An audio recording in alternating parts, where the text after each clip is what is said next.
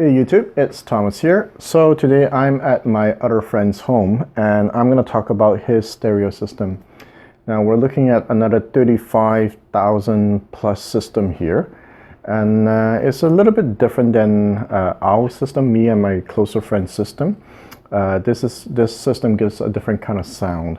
So first we'll take a look at the DAC. It's a Chord Hugo DAC. This was the original first Hugo DAC. Apparently it's really low noise DAC, and it cost probably around 2.5 grand at the time. I'm going to bring you closer and show you a video on it. As you can see, it's very small. In fact, you probably can just carry on you. It's also battery operated too. So it's great if you want to go jogging with it, right? So if we go down the chain here, you see that there's this switch that he built. He's actually an engineer, so he knows how to build stuff. And this is good for his multi-channel, because what you don't see here are two other speakers at the back. They're the BMWs. In the front here, you have the Verity audio Parsifal. Never can pronounce that right. And he uses this to control the back and the front, right? He has a lot of SACDs. Those are multi-channel recordings, and they sound fantastic. It's really interesting experience to have 4 speakers play, and especially when the recording is recorded for that. So this is something that he built. So if we go down a bit more, you have the Oppo 95 Blu-ray player, that's whatever. And then you have the Celeste, I can't see it. Anyway, this is, I'll put it in the description. This is an amp that he used originally before he upgraded to the Simaudio Moon W5. Now he used this to drive the speakers at the back. They're about, I think, 150 watts. And then when he upgraded to the Simaudio W5, this is probably about 4 grand-ish amp. It's 175 watts at 8 ohms. And I can say that ever since he upgraded from this Celeste amp to this Moon amp, there's more weight in the bass. This felt more thin compared to this one, and there's a lot of finesse with this amp. At the time, his friend also had the Classe CA300. That's a 300 watt power amp, and yet they sold off that amp and kept this one instead, despite the fact that this was less watts, right? The other amp, they said that yes, there was more punch to the bass, but this one definitely is much more refined. So I heard the difference when he changed the amp, and I do have to say that this definitely is much more high-end.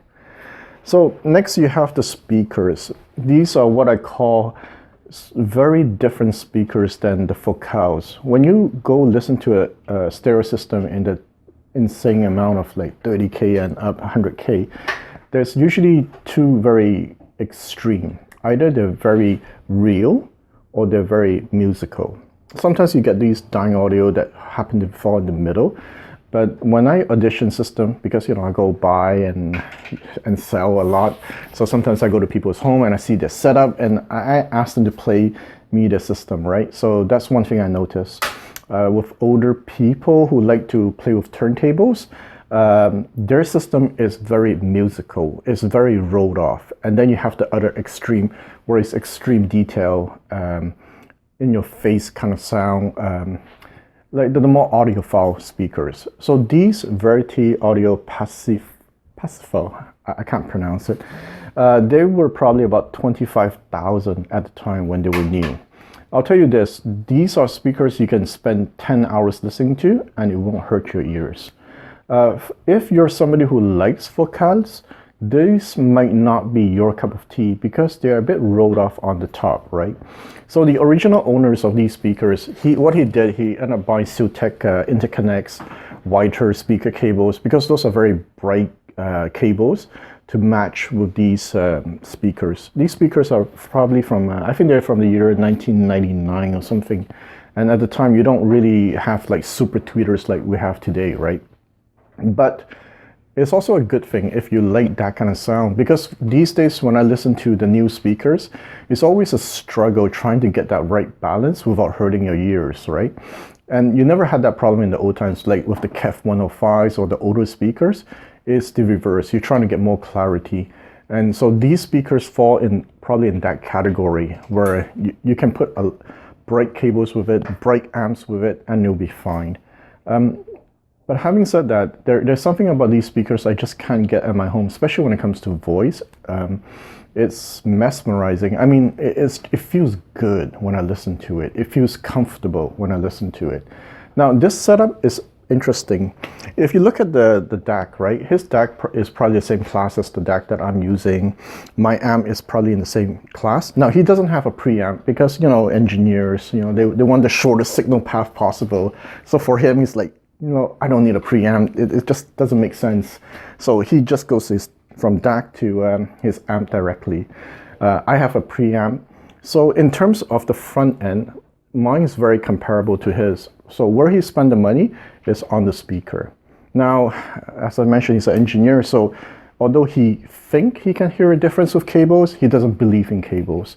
So all the cables that he uses are what I call entry level. Well, entry level still meaning maybe 100, 200 bucks for a pair of interconnects, as opposed to my other friend who spent who buys Siltech interconnects that are in the $5,000, right? So it's a different way of spending money, and I would say this is a very high-end refined sound. I did listen to his the lower model one. What was the model again? The lower one? The Fidelo. This one, it has more weight, it's less thin. I know they use the same mid-range, but this has a high-end tweeter. Oh, and a final thing, right? If you have a high-end setup, it's very important that you have a subwoofer, especially if you're listening to classical music. Now, even without the subwoofer, because of the way the room is built here, the bass coming from these speakers are insane. I mean, it's crazy to think that there's bass on such a small speaker. In fact, I remember the first time when I saw them, I was like looking down on them because I didn't know the brand, right? Verity Audio. I mean, it's not a popular brand. It's not like BMW, Paradigm, Focal and stuff. So, and I remember the first time I auditioned it and I was like, holy cow, this sounds probably better than my speakers. And then they told me the price of the speakers. I'm like, okay, I get it. But the woofer here is actually backfiring. I don't know what it's doing, but it is creating this really, really punchy, powerful bass, especially for a speaker like this. And I'm used to speakers with a lot of bass, right? But however, no, regardless, if you're listening to classical music, it's important to have a subwoofer. So he has a subwoofer here in the corner here. It's something that he actually worked on. I don't know what he did, but this is interesting because in my life, there's only 3 times where I audition a system with a subwoofer where the subwoofer disappears. I can understand a lot of audiophiles, you know, don't like subwoofers, including me. I've tried so many subwoofers, it just doesn't feel right. It just overpowers the speaker all the time. But in this case, the subwoofer, I can turn it on and you won't even know that it's on. But you will get that amazing low-end octave, the low-end power there. It's incredible.